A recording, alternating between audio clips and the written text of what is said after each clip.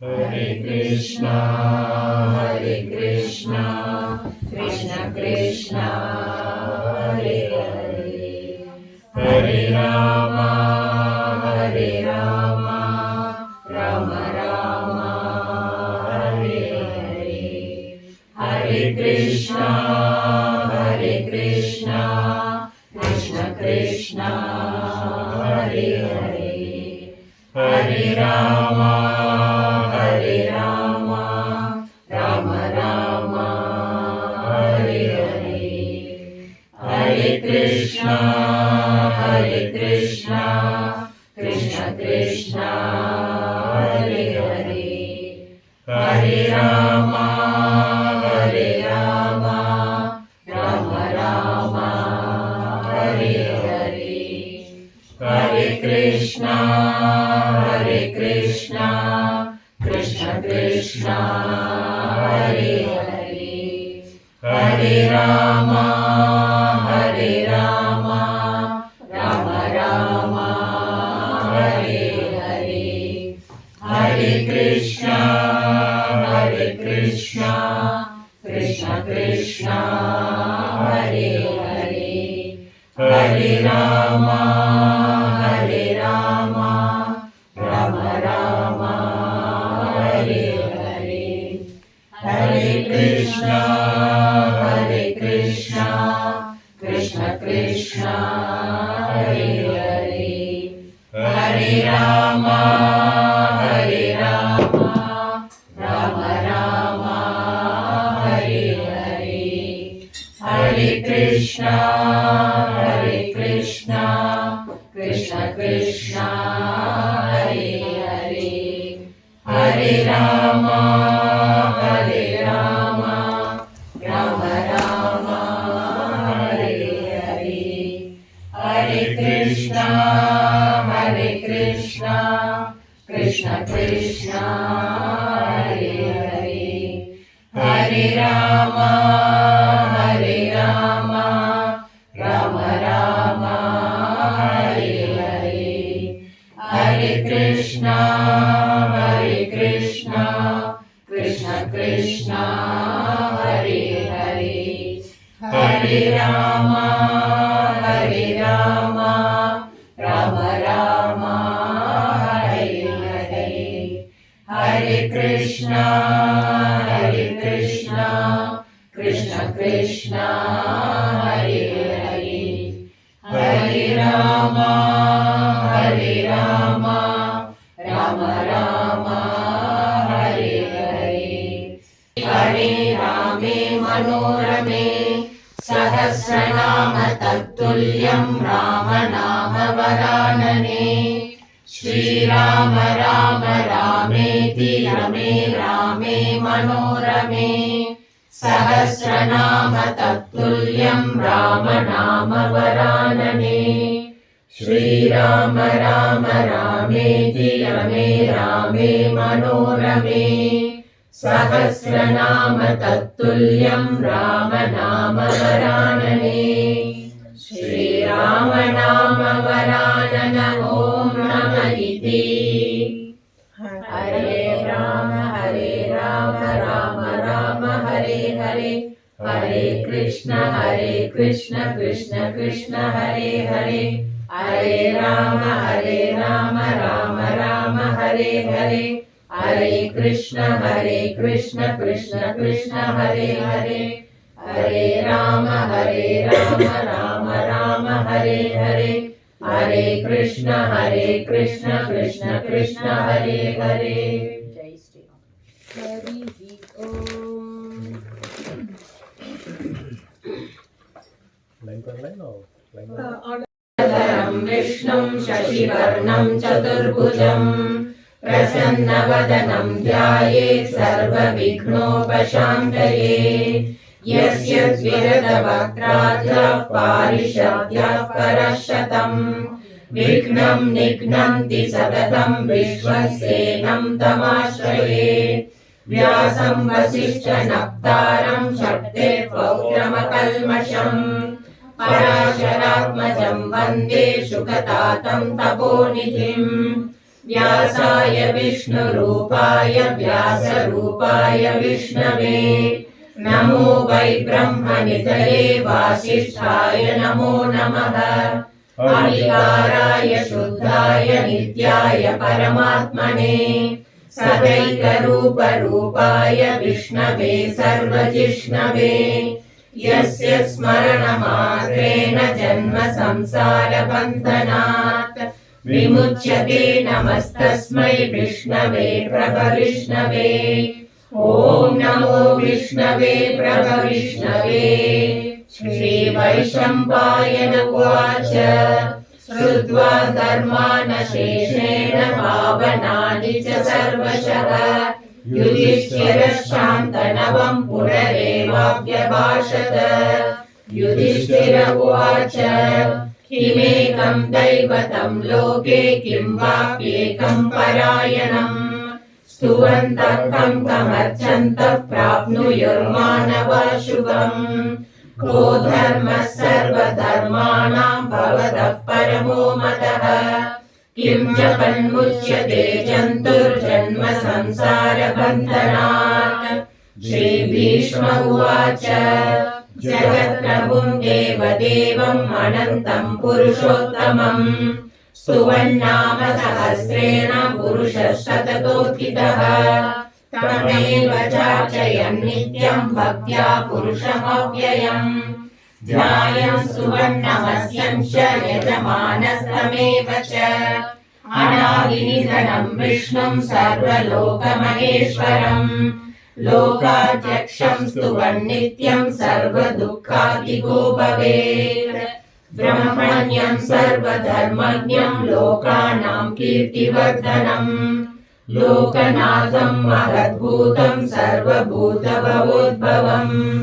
एष मे सर्वधर्माणां धर्मोऽधिकतमो मतः यद्भक्त्या पुण्डरीकाक्षं स्तवैरर्चेन्नरः सदा परमं यो महत्तेजः परमं यो महत्तपः परमं यो महद्ब्रह्म परमं यः परायणम् पवित्राणां च भूतानां यो व्ययः पिता यतः सर्वाणि भूतानि भवन्त्यादिवागमे यस्मिन् च प्रलयं यान्ति पुनरेवैवर्षये दश लोकप्रधानस्य जगन्नाथस्य भूपते विष्णोर्नाम सहस्रं मे शृणु पापभयापहम् यानि नामानि गौणानि विख्यातानि महात्मनः ऋषिभिः परिगीतानि तानि वक्ष्यामि भूतये ऋषिर्नाम्नां सहस्रस्य वेदव्यासो महामुनिः छन्दोनुष्टुप् तथा देवो भगवान् देवकीसुतः अमृतांशुद्भवो बीजं शक्तिर्देवकीनन्दनः त्रिसामाहृदयं तस्य शान्त्यर्थे विनियुज्यते विष्णुं जिष्णुं महाविष्णुं प्रभविष्णुं महेश्वरम् अनेकरूपदैत्यान्तं नमामि पुरुषोत्तमम् अस्य श्रीविष्णो दिव्यसहस्रनाम स्तोत्रमहामन्त्रस्य श्रीवेदव्यासो भगवान् ऋषिः अनुष्टुप् छन्दः श्रीमहाविष्णुः परमात्मा श्रीमन्नारायणो देवता अमृतांशुद्भवो भानुरिति बीजम् देवकी नन्दनसृष्टेति शक्तिः उद्भवः शोभनो देव इति परमो मन्त्रः शङ्खवृन्नन्दकी चक्रीति कीलकम् शारदन्वा गदाधर इत्यस्त्रम् रथाङ्गपाणिरक्षोभ्य इति नेत्रम् त्रिसामा सामगः सामेति गदः सुदर्शनकाल इति दिग्बन्धः श्रीविश्वरूप इति ध्यानम् श्रीमहाविष्णुप्रीत्यर्थे सहस्रनाम जपे विनियोगः क्षीरोदन्वत्प्रदेशे शुचिमणिविलसत्सैकते मौक्तिकानाम् मालायुक्तासनस्थस्फटिकमणिनिभैर्मौक्तिकैर्मण्डिताङ्गः शुभ्रैरभ्रैरदभ्रैरुपरि विरचितैर्मुक्तपीयूषवर्षैः आनन्दीनः पुनीयादैर्नलिनकदा शङ्खपाणिर्मुकुन्दः भूपादौ यस्य नाभिर्वेदसुरनिलश्चन्द्रसूर्यौ च नेत्रे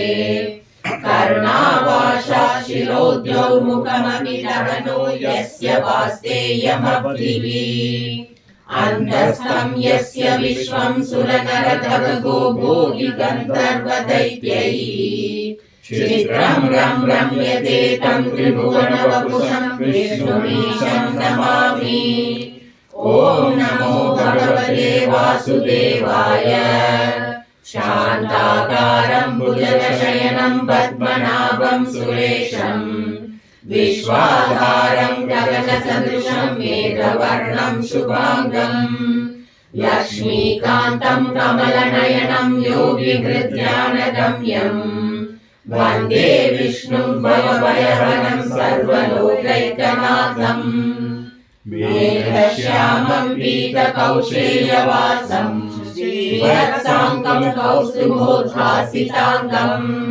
पुण्योपेतं पुण्डरीकायताक्षं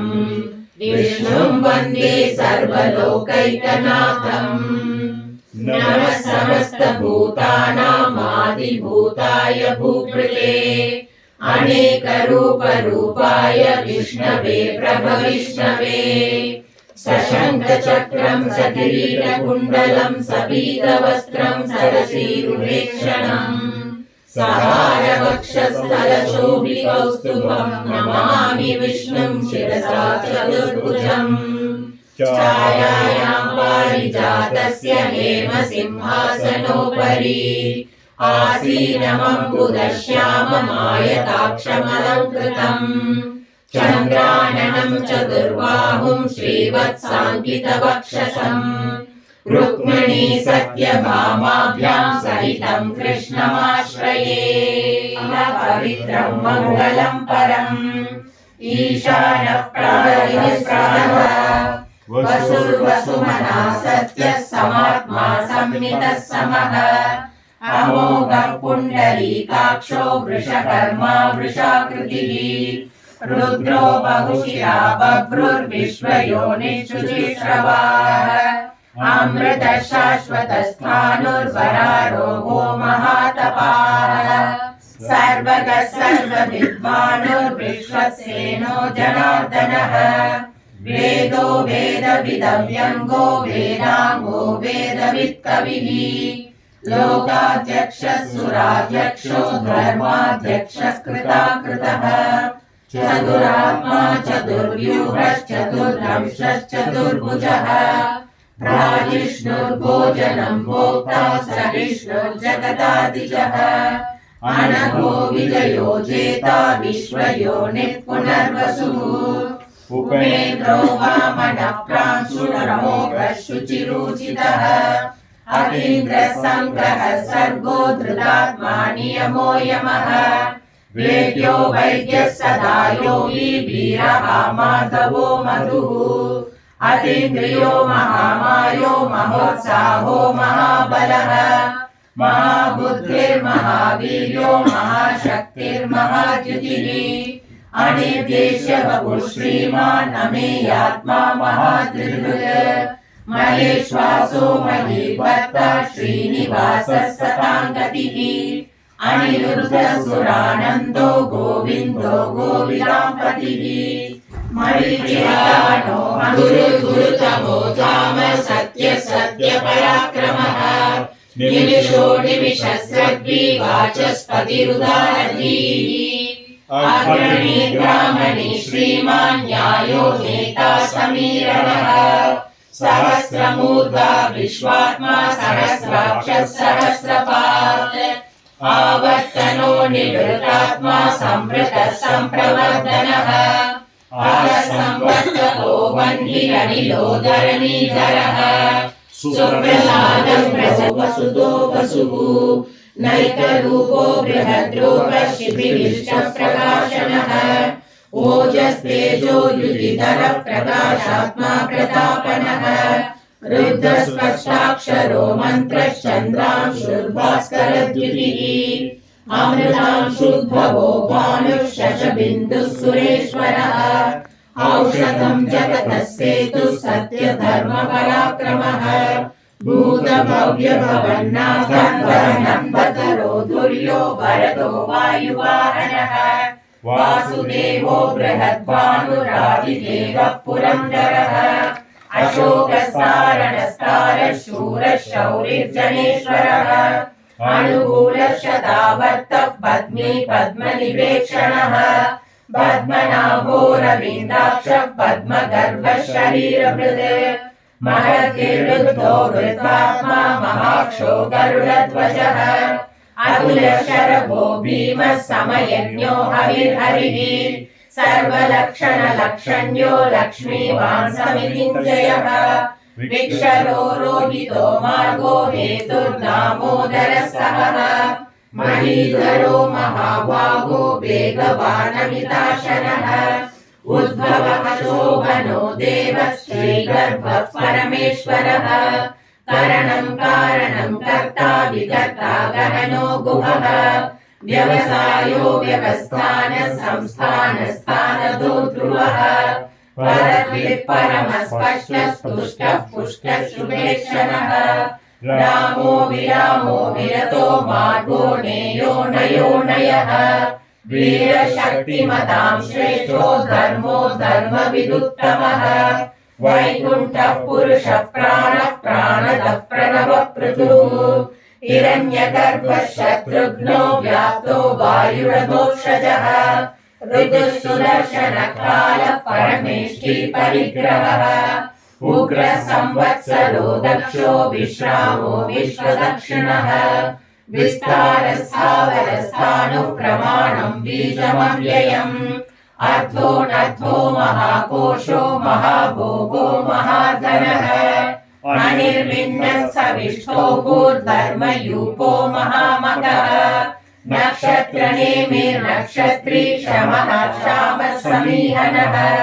यज्ञयुज्यो महेयश्च क्रतुः सत्रं सतां गतिः सर्वदर्शी विमुक्तात्मा सर्वज्ञो ज्ञानमुत्तमम् सुव्रतः सुमुखः सूक्ष्मः सुघोषः सुखदः सुहृदः मनोहरोचितः क्रोधो वीरबाहुर्विदारणः